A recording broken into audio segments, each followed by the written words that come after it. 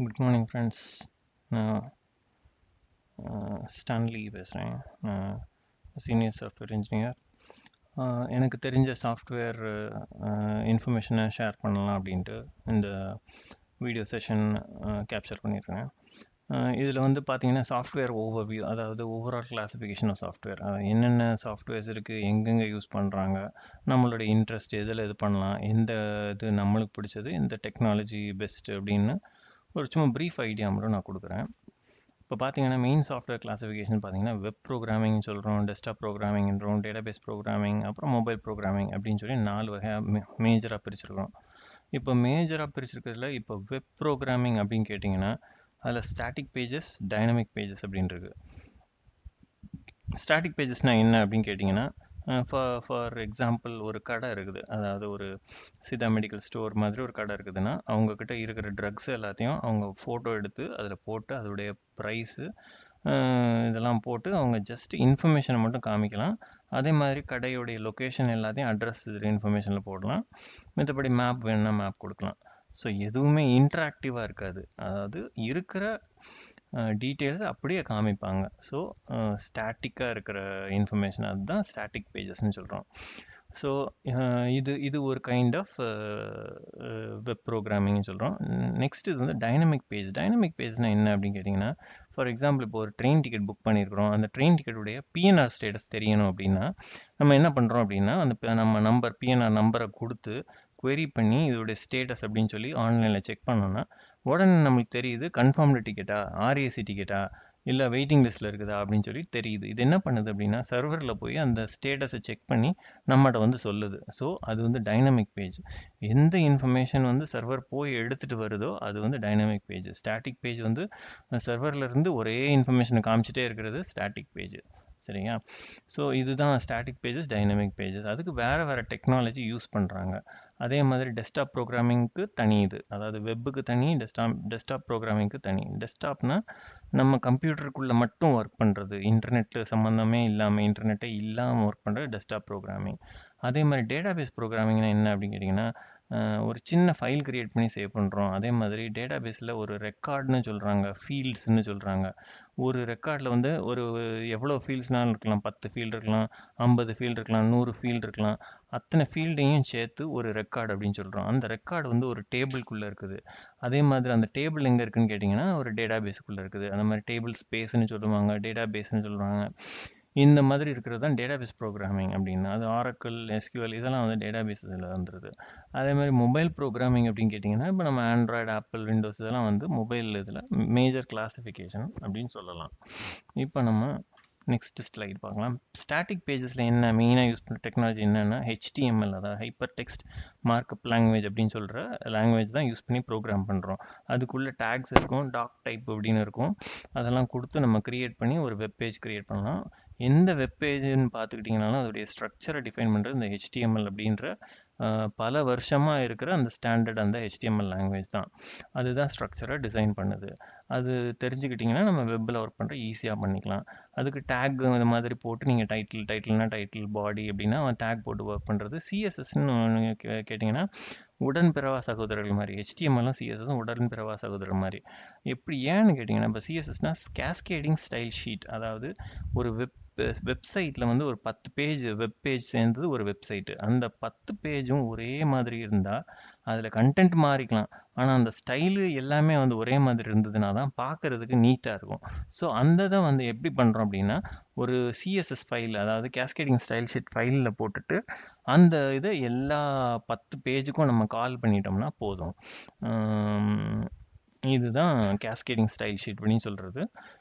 HTML and இது latest HTML வந்து HTML5ன்னு சொல்கிறோம், சிஎஸ்எஸ்ல வந்து CSS3 அப்படின்னு சொல்கிறோம். ஸோ அது லேட்டஸ்ட் இது டெக்னாலஜி. ஸோ அதே மாதிரி ஆங்குலர் ஜேஎஸ்னால் என்ன அப்படின்னு கேட்டிங்கன்னா இப்போ புதுசாக வந்திருக்கிறது. இது என்ன பண்ணுது அப்படின்னா அதோடைய எலிமெண்ட்லேயே வந்து டைனமிக்காக டீட்டெயில்ஸ் எல்லாத்தையுமே வந்து HTML அது இது டாக்குமெண்ட் இதில் இது பண்ணுது, ரீப்ரொடியூஸ் பண்ணுது. ஸோ HTML இல்லாத ஃபீச்சர்ஸை வந்து இந்த ஆங்குலர் ஜேஎஸ் பண்ணுறனால அது HTML ரீப்ளேஸ் பண்ணுறதுக்கு வாய்ப்பு இருக்குது. அதே மாதிரி பூட்ஸ்டாப் அப்படின்னு சொல்லி ஒன்று இருக்குது. அது என்னன்னு கேட்டிங்கன்னா பூட்ஸ்டாப் என்னென்னா ரெஸ்பான்சிவ் வெப்சைட்ஸ் க்ரியேட் பண்ணுறதுக்கு இந்த பூட்ஸ்டாப் ஹெல்ப் பண்ணுது. பூட்ஸ்டாப் ஸ்ட்ராப்னா நிறைய இது CSS files, Java script files இதெல்லாம் சேர்ந்து ஒரு பேக்கேஜ் மாதிரி இது பண்ணி உங்கள் பூட் ஸ்ட்ராப் கொடுக்குறாங்க. அந்த பூட் ஸ்ட்ராப்பை நீங்கள் சேர்த்துக்கிட்டிங்கன்னா என்ன பண்ணுது அப்படின்னா, இப்போ எக்ஸாம்பிளுக்கு ஒரு வெப்சைட் நீங்கள் பண்ணுறீங்க. அந்த வெப்சைட்டை வந்து நிறைய யூசர்ஸ் ஆக்சஸ் பண்ணுறாங்கன்னா, ஒரு இது கம்ப்யூட்டர் வழியாக பார்க்கலாம், லேப்டாப் வழியாக பார்க்கலாம், டேப்லெட் வழியாக பார்க்கலாம், மொபைல் வழியாக பார்க்கலாம். ஸோ அந்த ஸ்க்ரீன் சைஸ் வந்து வேரியா கண்ணா அப்படின்னா அந்த சைஸு மாறிக்கிட்டே இருக்குது. ஸோ அதனால் என்ன ஆகுது அப்படின்னா, இப்போ கண்டென்ட் வந்து கம்ப்யூட்டரில் பார்க்குற கண்டென்ட் அதே வெப்பேஜ் வந்து உங்கள் மொபைலில் பார்த்தா அதில் ஒன்றும் பார்க்குற ரீடபுளாகவே இருக்காது. அதில் இருக்கிற எழுத்தெல்லாம் பார்த்தீங்கன்னா சின்ன சின்னதாக தெரியும். அதை வந்து ரீசைஸ் பண்ணி கண்டென்ட்டு இமேஜை ரீசைஸ் பண்ணி அதில் உள்ள கண்டென்ட்டை ரீடபுளாக இது பண்ணி கொடுக்கறது வந்து இந்த பூட் ஸ்ட்ராப்னு சொல்கிற அந்த ரெஸ்பான்சிவ் டிசைன் அப்படின்னு சொல்கிறது இதுதான். அதாவது நம்ம பார்க்குற டிவைஸ் ஸ்க்ரீனுக்கு ஏற்ற மாதிரி அதை அரேஞ்ச் பண்ணி ஆட்டோமேட்டிக்காக இது பண்ணுறது தான் இந்த பூட் ஸ்ட்ராப்னு சொல்கிற ஃப்ரேம் ஒர்க்கு. அது நெக்ஸ்ட் என்ன அப்படின்னு பார்க்கலாம். டைனமிக் பேஜஸில் என்னென்ன அப்படின்னு பார்த்தீங்கன்னா, server side script, client side script, 2 type of scripts இருக்குது. சர்வர் சைட் ஸ்கிரிப்ட்னா என்ன அப்படின்னு கேட்டிங்கன்னா, ஒரு இன்ஃபர்மேஷனை நான் டைனமிக் பேஜில் சப்மிட் பண்ணி அந்த இன்ஃபர்மேஷனை ஃபெச் பண்ணுறதுக்கு, அதாவது அந்த இன்ஃபர்மேஷனை எடுத்துகிட்டு வர்றதுக்கு, இப்போ ஒரு ரயில்வே டிக்கெட்னா அது போய் சர்வரில் போய் அந்த டீட்டெயில் எடுத்துகிட்டு வர்றதுக்கு யூஸ் பண்ணுற டெக்னாலஜிஸ் எல்லாத்தையுமே வந்து சர்வர் சைட் ஸ்கிரிப்ட்னு சொல்கிறோம். ஃபார் எக்ஸாம்பிள் பிஹெச்பி, இது வந்து ஒரு பெஸ்ட் வெப் ஸ்கிரிப்டிங் லாங்குவேஜ். இது வந்து ரொம்ப ஈஸியான web scripting language, quick to develop, open சோர்ஸ்னால் ஃப்ரீயாகவே நீங்கள் எடுக்கலாம், லைசன்ஸ் தேவையில்லை. அதே மாதிரி செக்யூரிட்டி இதுலேயும் வந்து ரொம்ப செக்யூர்னு கிடையாது, ஓரளவு செக்யூர், அதாவது ஓகே மாதிரி செக்யூரிட்டி இது வந்து பிஹெச்பியில் இருக்குது. அந்த பிஹெச்பி கம்பைன் வித் ஹெச்டிஎம்எல் தான் நிறையா இது அப்ளிகேஷன்ஸ், அதாவது வெப் அப்ளிகேஷன் எல்லாமே ப்ரிப்பேர் பண்ணுறாங்க. ஹெச்டிஎம்எல் தான் எப்பயுமே ஸ்ட்ரக்சர், எந்த லாங்குவேஜ் எடுத்துக்கிட்டாலும் ஹெச்டிஎம்எல் தான் மெயின் ஸ்ட்ரக்சர், அதாவது பேக் போன். ஒரு ஃபார்மேட்டிங்கை மெயின்டைன் பண்ணுறது ஹெச்டிஎம்எல் தான், வெப்பேஜுடைய ஃபார்மேட்டை மெயின்டைன் பண்ணுறது ஹெச்டிஎம்எல் தான். அதுக்கு லைஃப் கொடுக்குறது, அதாவது ஒரு இன்ட்ராக்டிவ், இப்போ ஹெச்டிஎம்எல் யூஸ் பண்ணியே நீங்கள் buttons, text area, radio buttons, check box இதெல்லாம் வந்து நீங்கள் க்ரியேட் பண்ணலாம். ஆனால் அதுக்கு லைஃப் கொடுக்குறது வந்து இந்த பிஹெச்பி, ஜாவா, இந்த மாதிரி ஜாவா ஸ்கிரிப்டிங் இதெல்லாம் வந்து லைஃப் கொடுக்குது. ஸோ பிஹெச்பி, ஹெச்டிஎம்எல் இதெல்லாம் சேர்ந்து சர்வர் ஸ்கிரிப்டிங். அதில் ஜேக்வரி அஜாக்ஸ்னால் என்ன அப்படின்னு கேட்டிங்கன்னா, அது ஒரு பேஜ் இருக்குது அப்படின்னா அந்த பேஜில் ஒரு பார்ட் ஆஃப் த கண்டென்ட்டை மட்டும் சப்மிட் பண்ணி வாங்கிட்டு வருது, சர்வரில் வாங்கிட்டு வருது அப்படின்னா, பேஜ் ரிஃப்ரெஷ் ஆகாமல், அதை போஸ்ட்னு ஒரு ஆக்ஷன் சொல்லுவோம், அது பண்ணாமல் அது பார்ட் ஆஃப் இதை மட்டும் அது சப்மிட் பண்ணி அந்த இன்ஃபர்மேஷனை வாங்கிட்டு வருது. எக்ஸாம்பிளுக்கு சொல்லணும்னா, நீங்கள் ஒரு ரெஜிஸ்ட்ரேஷன் ஃபார்ம் ஃபில்அப் பண்ணிகிட்டே இருக்கீங்க, அதில் வந்து உங்கள் கண்ட்ரி, உங்கள் ஸ்டேட்டு, உங்கள் சிட்டி அதை ஃபில்டர் பண்ணிகிட்டே வருது. ஒரு கண்ட்ரின்னு செலக்ட் பண்ணோன்னா, இந்தியான்னு செலக்ட் பண்ணோன்னா அதில் உள்ள ஸ்டேட்ஸை மட்டும் நெக்ஸ்ட் ட்ராப் டவுனில் வந்து பார்க்கலாம். அந்த ட்ராப் டவுனில் வந்து இப்போ தமிழ்நாடுன்னு செலக்ட் பண்ணிங்கன்னா அதுக்குள்ளே உள்ள சிட்டிஸை மட்டும், இப்போ சென்னை, மதுரை, கோயம்புத்தூர், இந்த சேலம், அந்த மாதிரி சிட்டிஸ் எல்லாம் பார்க்கலாம். அப்படின்னா அந்த இன்ஃபர்மேஷன் மட்டும் அது எடுத்துகிட்டு வருது சர்வர்லேருந்து. ஸோ அது பார்ட் ஆஃப் இது மட்டும் பண்ணுது. பேஜ் ரிஃப்ரெஷ் ஆச்சுன்னா நீங்கள் ஏற்கனவே அடிச்சிருக்க டேட்டா ஃபுல்லாக காலியாக போயிடும். ஸோ இதுக்கு யூஸ் பண்ணுறது தான் ஜேக்வரி அஜாக்ஸ் அப்படின்ற இன்ஃபர்மேஷன், அந்த technology. So ASP and HTML அதுனா ஆக்டிவ் சர்வர் பேஜஸ். இது வந்து விபி, மைக்ரோசாஃப்ட் உடைய டெக்னாலஜி, வெரி ஓல்டு டெக்னாலஜி. அது ஃபைல் இதுவே வந்து எக்ஸ்டென்ஷனே வந்து ஏஎஸ்பின்னு தான் முடியும். அதுக்கப்புறமா ஒரு 10 இயர்ஸ்க்கு மேலே வந்து இந்த ஏஎஸ்பி .NETன்ற டெக்னாலஜி இருக்குது. அதில் வந்து ஏஎஸ்பி .NET HTML சேர்ந்து வருது. அந்த ஏஎஸ்பி .NETலேயும் வந்து சப்டிவிஷன் என்னென்னு கேட்டிங்கன்னா, VB.NET ஃபார்மேட், அதாவது கோட் பிஹைண்ட் த வெப் பேஜ்னு சொல்லுவாங்க, கோட் பிஹைண்ட் த பேஜ் அப்படின்ற மாதிரி. அது வந்து VB.NET-ஆகவும் இருக்கலாம். சின்டாக்ஸ்னால் இந்த மாதிரி கொடுத்தா தான் அது புரியும் அப்படின்ற மாதிரி, அதாவது டிம் அப்படின்னா அந்த மாதிரி VB.NET இல்லை C# அப்படின்னா அந்த ஃபார்மெட், அந்த லாங்குவேஜில் எழுதுனீங்கன்னா ஒர்க் ஆகும். ASP.NET இருந்தால் தான் வெப்பாக மாறும். அதே மாதிரி Java server pages and HTML, அதில் வந்து J2EE, EJB, அதாவது என்டர்பிரைஸ் ஜாவா பீன் அப்படின்றாங்க, ஸ்ட்ரட்ஸ்னு ஃப்ரேம் ஒர்க்ஸ் சொல்கிறாங்க, J2EE இதெல்லாம் வந்து Java technology. JSP, Java server pages இதெல்லாம் வந்து சர்வர் சைட் ஸ்கிரிப்ட். அதே மாதிரி கிளைண்ட் சைட் ஸ்கிரிப்ட் அப்படின்னா அதில் வந்து ஜாவா ஸ்கிரிப்டும் VB ஸ்கிரிப்டும் மட்டும் மென்ஷன் பண்ணுறோம். இதில் ஏன் அப்படின்னு கேட்டிங்கன்னா, இதில் ரெண்டில் பெஸ்ட் வந்து ஜாவா ஸ்கிரிப்ட் தான். ஏன்னா அதோடைய ரெஸ்பான்ஸ் டைம் வந்து குயிக், சீக்கிரமாக முடியும். இப்போ கிளைண்ட் சைட் ஸ்கிரிப்ட்னா என்னென்னு எனக்கு புரியலை, என்னென்னு தெரியல அப்படின்னா, என்னன்னா இப்போ ஒரு ஃபார்மை ஃபில்அப் பண்ணுறீங்க, அதில் ஒரு 5 ஃபீல்டு இருக்குது.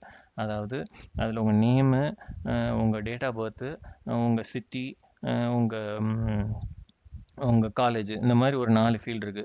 இதுல வந்து நேமும், டேட் ஆஃப் பர்த்தும் கண்டிப்பா நீங்க என்டர் பண்ணணும் அப்படின்னா, இதை என்டர் பண்ணாமலே ஒரு அடுத்த 2 இன்ஃபர்மேஷன் மட்டும் என்டர் பண்ணிட்டு நீங்க வந்து ரெஜிஸ்டர்ன்னு கிளிக் பண்ணீங்கன்னா, enter the name, name is needed இல்லைன்னா enter the name, enter valid name அப்படின்ற ஒரு மெசேஜ் வரும். அந்த மெசேஜ் வந்து சர்வருக்கு போகாமலே உங்க கம்ப்யூட்டர் ஸ்க்ரீன்லேயே ப்ராசஸ் பண்ணி சொல்ற இன்ஃபர்மேஷன். அது வந்து கிளையன்ட் சைட் ஸ்கிரிப்ட்னு சொல்றோம். அதுல பெஸ்ட் ஜாவா ஸ்கிரிப்ட் தான்.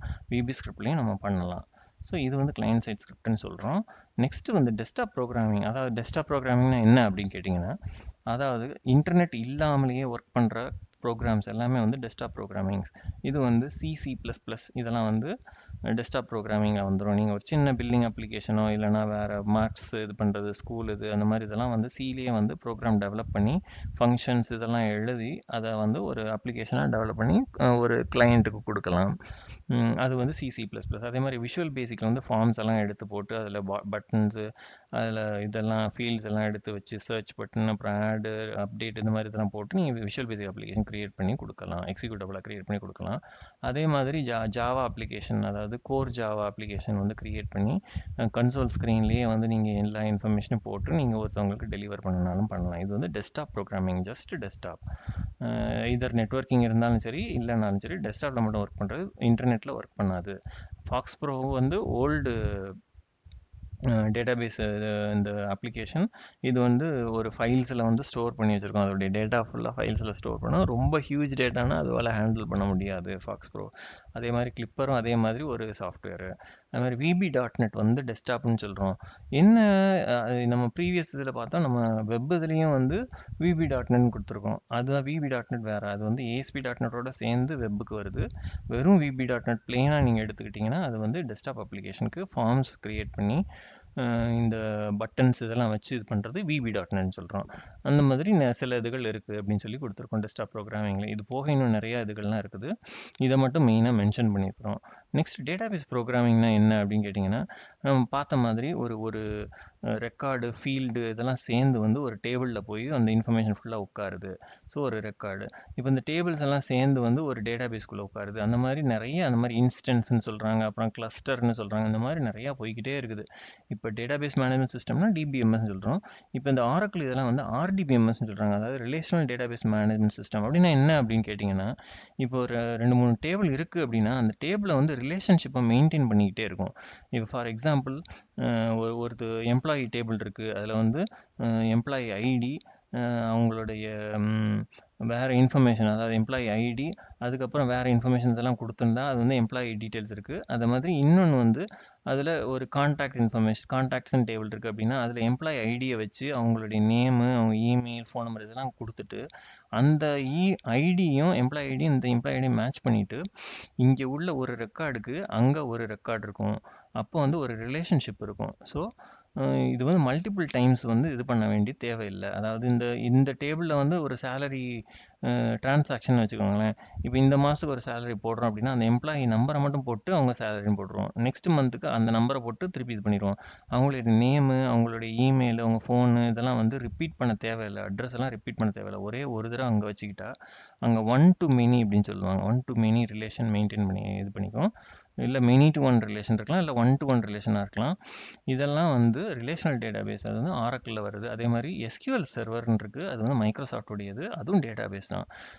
அதுலேயும் பெரிய பெரிய டேட்டாபேஸஸ் ஹேண்டில் பண்ணலாம். ஆரக்கிள்லாம் ஹியூஜ் டேட்டாவை மெயின்டைன் பண்ணுறதுக்கு கேப்பபிளானது. அதே மாதிரி செக்யூரிட்டியில் காம்ப்ரமைஸ் இல்லாமல் இருக்கிறது ஆரக்கிளில் வந்து ஆப்ஜெக்ட் ஓரியன்ட் கான்செப்ட்ஸும் இருக்குது, சாட்டிஸ்ஃபை ஆகுது. MySQL வந்து ஓப்பன் சோர்ஸ். அது என்ன அப்படின்னு கேட்டிங்கன்னா லைசன்ஸே தேவையில்லை.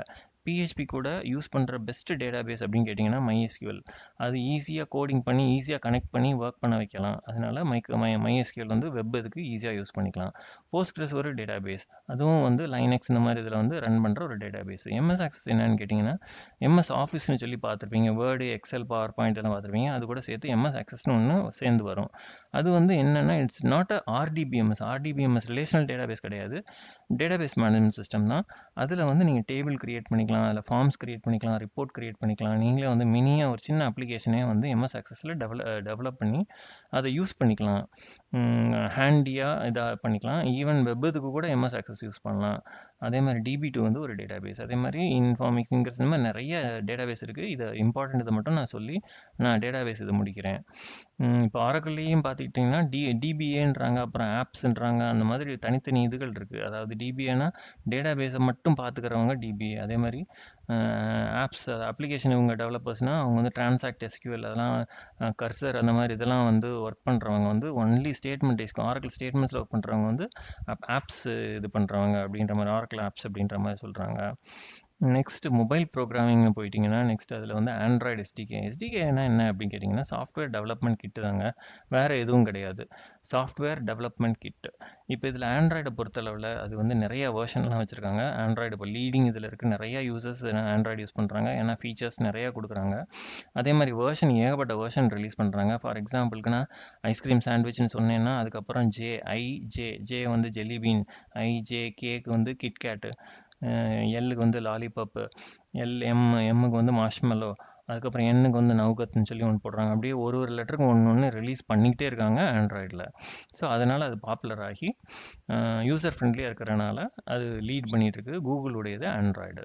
அதே மாதிரி ஆப்பிள் டெவலப்பர்ஸ் என்ன அப்படின்னு கேட்டிங்கன்னா அவங்க ஆப்பிளில் மேக்கில் வந்து iOSன்னு சொல்கிறாங்க. அதில் ஒரு வெர்ஷனுக்கும் cheetah, puma, tiger, snow leopard, jaguar, lion, mountain lion அந்த மாதிரி ஒரு வெர்ஷனுக்கு ஒரு அனிமல் நேம் வச்சு இது பண்ணுறாங்க.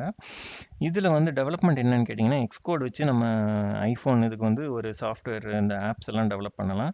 அது இல்லாமல் இப்போ ஸ்விஃப்ட்னு சொல்லி புது இதில் வந்து நம்ம அப்ளிகேஷன்ஸ் டெவலப் பண்ணலாம், ஆப்பிள் அப்ளிகேஷன் டெவலப் பண்ணலாம். அதே மாதிரி விண்டோஸ் இது மொபைல்னால் என்னன்னா இதுவும் வந்து ஒரு kind of mobile operating system தான்.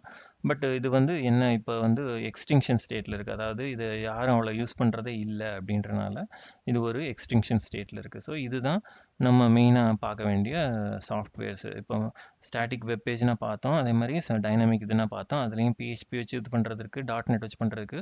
PHP இது வந்து லெஸ் செக்யூர், அதாவது மீடியம் செக்யூராக இருக்கிறது வந்து PHPயில் பண்ணலாம். Easy to work, multiple uses பண்ணலாம். அதே மாதிரி .NETல போயிட்டிங்கன்னா நல்ல ஓரளவு செக்யூராக இருக்கும், ஆனால் லைசன்ஸ் அதுக்கு தேவைப்படும். அதே மாதிரி ஜாவா இது வந்து எங்கேனாலும் நீங்கள் ஜாவா யூஸ் பண்ணிக்கலாம். அது இல்லாமல் ஆங்குலர் ஜேஎஸ், அப்புறம் அஜாக்ஸு, ஜேக்வெரி இதெல்லாம் பார்த்தீங்கன்னா பார்ட் ஆஃப் த பேஜ் இது பண்ணுற மாதிரி இன்ஃபர்மேஷனு. அது மாதிரி டெஸ்க்டாப் இதில் பார்த்தீங்கன்னா C++ இதெல்லாம் வந்து டெஸ்க்டாப் அப்ளிகேஷன் க்ரியேட் பண்ணுறதுக்கு விஷுவல் பேசிக்கு, ஜாவா அப்ளிகேஷன், ஜாவாலே ஆப்லெட்ஸ் இருக்குது, அந்த மாதிரி நிறையா இருக்குது. ஜாவா பீன் அந்த மாதிரி ஏகப்பட்டது இருக்குது. அப்புறம் ஃபாக்ஸ் ப்ரோ இதெல்லாம் வந்து ஃபைல் பேஸ்டு டேட்டாபேஸ் இது, தனி டேட்டாபேஸ் சர்வர்லாம் கிடையாது. கிளிப்பர், VB.NET இந்த மாதிரி இன்ஃபர்மேஷன் இதெல்லாம் இருக்குது. அதாவது எம்பெடட்னு ஒன்று இருக்குது. அதில் வந்து என்ன பண்ணுறாங்கன்னா இப்போ வாஷிங் மிஷின்க்குலாம் வந்து ஒரு பர்டிகுலர் சியில் வந்து ஒரு கோடு இப்போ இது பண்ணிவிட்டு, இல்லை ஜாவாவில் வந்து ஒரு கோட் பண்ணிட்டு அந்த கோடுடைய ஃபங்க்ஷனாலிட்டி, அதாவது அந்த சீக்வன்ஸு இங்கே போனால் இது அந்த லூப், அதாவது அல்காரிதம்னு சொல்கிறோம் இல்லையா, அந்த லூப் எல்லாம் கரெக்டாக டெவலப் பண்ணிட்டு அதை வந்து லேசர் மூலமாக ஒரு சிப்பில் எழுதிடுறாங்க. ஸோ அதில் நீங்கள் இப்போ ப்ரெஸ் பண்ணி ஸ்டார்ட்னு கொடுத்தோம்னே 5 நிமிஷம் வெயிட் பண்ணுது, 5 நிமிஷம் ரன் பண்ணுது, ஒரு ஸ்பின் பண்ணுது, அப்புறம் 10 நிமிஷம் ஸ்பின் பண்ணுது, அப்புறம் ஹால்ட்டுக்கு வந்தது. அந்த மாதிரி சீக்வன்ஸ் எல்லாம் பண்ணுற மாதிரி இது பண்ணுறது எம்பெடட் இன்ஜினியரிங் அப்படின்னு சொல்கிறாங்க. ஸோ இந்த மாதிரி பல தரப்பட்ட சாஃப்ட்வேர் இதுகள் இருக்குது. ஓவர்வியூ எனக்கு தெரிஞ்ச அளவுக்கு உங்களுக்கு ஷேர் பண்ணியிருக்கிறேன். இது ஒரு நல்ல பெனிஃபிட், நல்ல யூஸ்ஃபுல்லான ஒரு வீடியோ கிளிப்பிங்காக இருக்கும்னு நினைக்கிறேன். லைக் பண்ணுங்கள், சப்ஸ்கிரைப் பண்ணுங்கள். என்னால் தெரிஞ்ச இன்ஃபர்மேஷன் எல்லாமே நான் வந்து ஷேர் பண்ணுறேன், நீங்கள் கற்றுக்கலாம். Best place to learn. So happy learning. So சந்தோஷமாக இதை யூஸ்ஃபுல்லாக இது பண்ணிக்கோங்க. நல்லபடியாக படித்து வாழ்க்கையில் நல்லா செட்டில் ஆகிறதுக்கு நீங்கள் பிளான் பண்ணிக்கோங்க. தேங்க்யூ. தேங்க்ஸ் ஃபார் வாட்சிங்.